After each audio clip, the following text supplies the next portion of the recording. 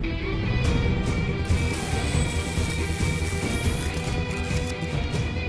there. I'm Robert. And I'm Vanessa. I'm Eric from Nerdcon. I'm James from a whole bunch of stuff. I'm Jexy from the Systems Alliance. And we are late to the party, but Wonder Woman 1984 has dropped their first official trailer for the upcoming first official sequel in the DCEU.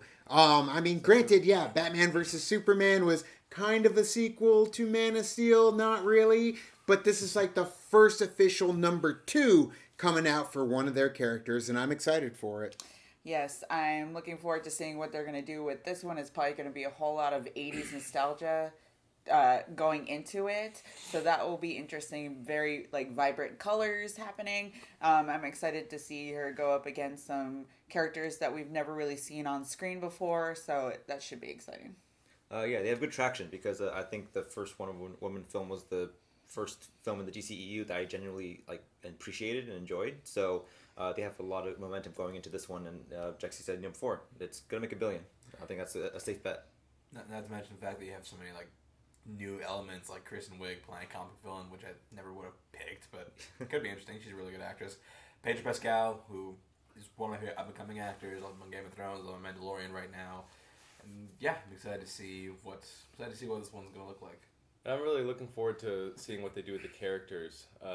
Just being a comic book nerd, I know that Cheetah is one of the 10 fastest beings in the DC universe, so I want to really see them turn her powers up. I'm interested to see what she looks like. I don't know if they're going to reveal what she looks like in this trailer, but definitely looking forward to it. The first Wonder Woman is one of my top 3 comic book movies of all time. So, all right, then we got the perfect panel together. We've been busy with the Schmodown Spectacular 4. It was a crazy night and kind of losing my voice.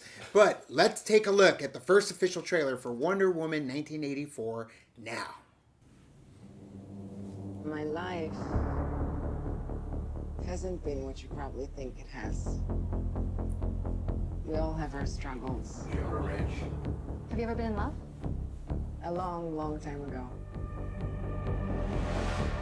You? So many times. Yeah, all the time. Yeah, we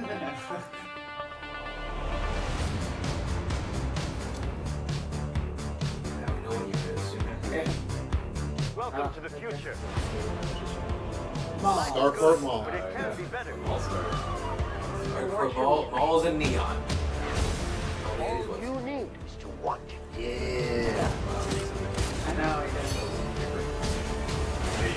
Does what now? Think about finally having everything you always wanted.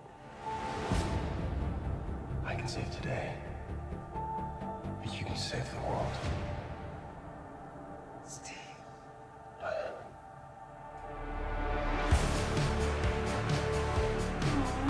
Now, Loving I take the what I song. want in return. Everyone will see.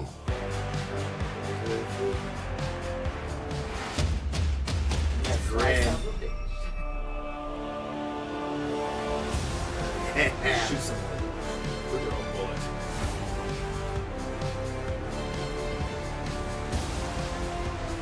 So colorful. The world needs you.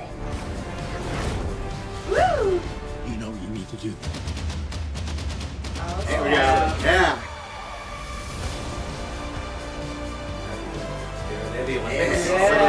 Nothing good is born from lies.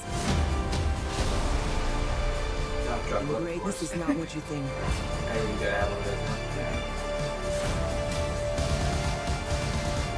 Yeah. She's flying on lightning. Yes, wait, yeah. snap. Oh, wow. It's all art. What about that? That's just a trash can. It's just a trash can. Yeah. He's out of touch. Yeah. So yeah, it definitely is going to be, another attempt at putting a story that we're familiar with within the 80s that we're very it's very common now, like with Stranger Things, going back to the mall, getting that nostalgic feel, the music, of course. How do I feel? Now, I love that they took that, but I feel like, didn't Atomic Blonde do that too in their trailers? They did use it, yeah. But I'm okay with it. Like, it worked in this one, but it does feel more heavy-handed in the 80s nostalgia aspect of it. But I really want to see what the story is, because clearly all the visuals are showing that there is a lot more going on, mostly when it comes to Pedro Pascal's character, Max, I believe it is. Max Lord. Yes, and I'm really excited to see, because we know he can play any character when it comes to a good guy or a bad guy. And I did enjoy him when he was the bad guy in Kingsman 2. Even though I would have preferred him to stay a good guy, he does do a good job at playing that baddie. So I'm looking forward to seeing how he plays out in this film, along with the rest of the cast. Right, I'm excited. Like I said, for Pedro Pascal, I think that he can create these characters on their own and just be like the sly mother effer ever. Like, he is so good at doing that, so I'm excited to see how he and his relationship and portraying against all the other characters as well. I'm looking forward to seeing Cheetah. Obviously we didn't see her, what she actually like in the form of being Cheetah, but I'm excited to see what she is going to do. I'm looking forward to them doing the flashbacks to back when she was on Themyscira.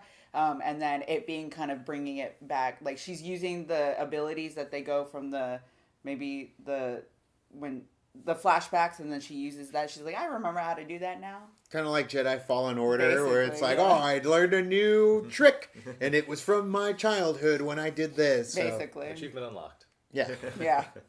I mean, the thing about this trailer specifically is that it looks like they have a lot more like larger set pieces. Where the first film I really enjoyed that it was set in the World War I aesthetic, and so a lot of the action was like pretty grounded for the most part. Like the novelty was seeing this like godlike being a wrecking shop amongst regular human beings.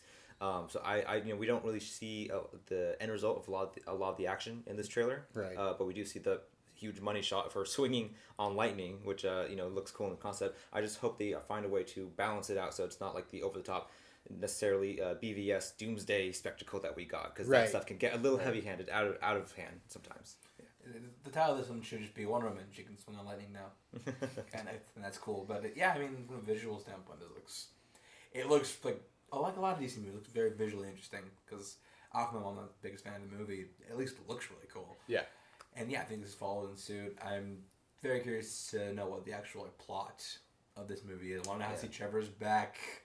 And I do think it's a nice parallel where, Diana was the person that had touch, now Steve's the person that had touch. Right. Yep, sure. She's got Trevor Ranch going, which is, that's a cool little detail. So, I'm looking forward to it. Looks cool. And I hope this isn't spoilers, because I don't know what the movie's going to do. They always differ from the comics. But in the comics, Maxwell Lord, he can control people's minds. That's one of his powers that he ends up having. And in the comics, Wonder Woman snaps his neck because she's controlling. Let his odd snap neck. Well, a lot easier because it's just a guy.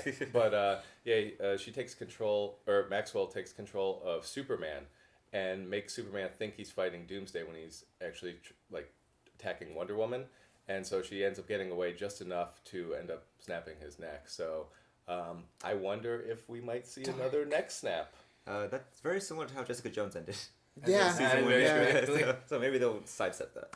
But that's a very interesting point to bring up, because obviously Steve is toast. Steve is gone. Steve is disintegrated. He's not coming back. So, don't walk it off. And it seems like Max is the one that's trying to give everybody what they want. And of course, seeing Cheetah and Kristen Wiig's character, obviously she's kind of probably looking up and envious of what Wonder Woman has, what Diana has. I really hope it's not another Jim Carrey Riddler situation. It came across a little bit. Yeah. It came across like, I'm in love a bunch of times because you're a crazy ex-girlfriend who probably has just, bodies in your basement, in your closet of ex-boyfriends that wronged you, and you're over clingy and you just hang on to stuff a little too much, and she's nuts. But she'll end up flying straight when she gets what she finally wants, which is whatever her power is going to end up being, more than likely coming from Max. And then she'll go head-to-head with Wonder Woman, because once you got the whole world in your hands, you feel like you could just crush it when you need to. And I feel like that's what she's going to try and do, and Wonder Woman's got to stop her. But again, speculation, no clue. Could go any way. But one thing I am looking forward to out of everything in this movie is the music, the score.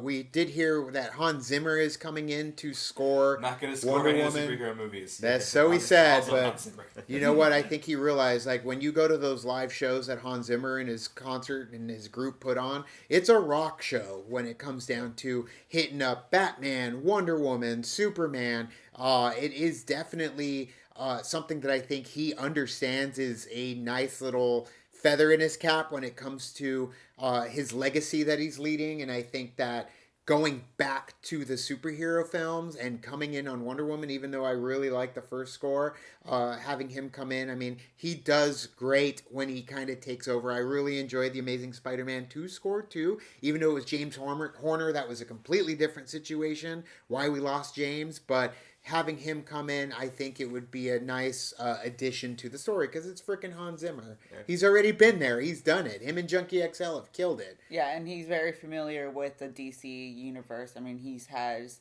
run-ins with Batman too, you know, composing the Dark Knight trilogy. So I'm Not looking. to mention run-ins with Marvel, scoring Dark Phoenix. That's true too. The best thing about that movie, in my opinion, I really like the score for Dark Phoenix.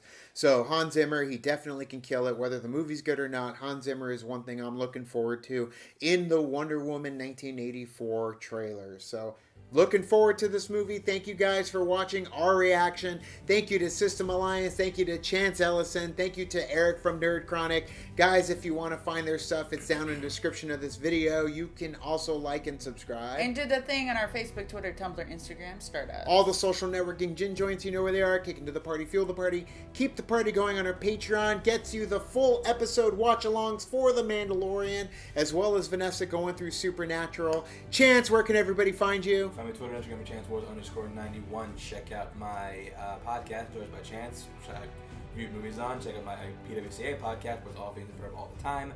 And check out the Enjoys by Chance YouTube channel. Check out the Schmodown Spectacular 4 was yesterday. We all had a great time. Amazing. Wonderful. Awesome. And yeah, we'll see you next season. And we've got Eric, Nerd Chronic. Nerd Chronic, you've seen his promos if you watch the Schmodown. If you watch the Real Rejects TV reactions for Mandalorian, Stranger Things, Amon Snow, Akasan, this dude right here. Eric, where can they find you? At Nerd Chronic on all platforms. And again, watch the Schmodown. Our event was crazy, and now I can get some sleep because we are done for the season. But we'll have a month left until new season starts, season 7. Tune into that because that's going to be a new, bigger spectacle coming soon. But thank you for providing the location as well. And happy birthday to Jexy Yeah. Phoenix from the Systems Alliance. Man, where can they find you? You can find me on YouTube, Systems Alliance, on Twitter, Systems Alliance, except instead of an E, there's a 3 at the end, so just hit me up there, and it's going to be great. It's exciting. Thank you guys so much. And as always, Now it's time to say goodbye. this party is over. Bye. Bye.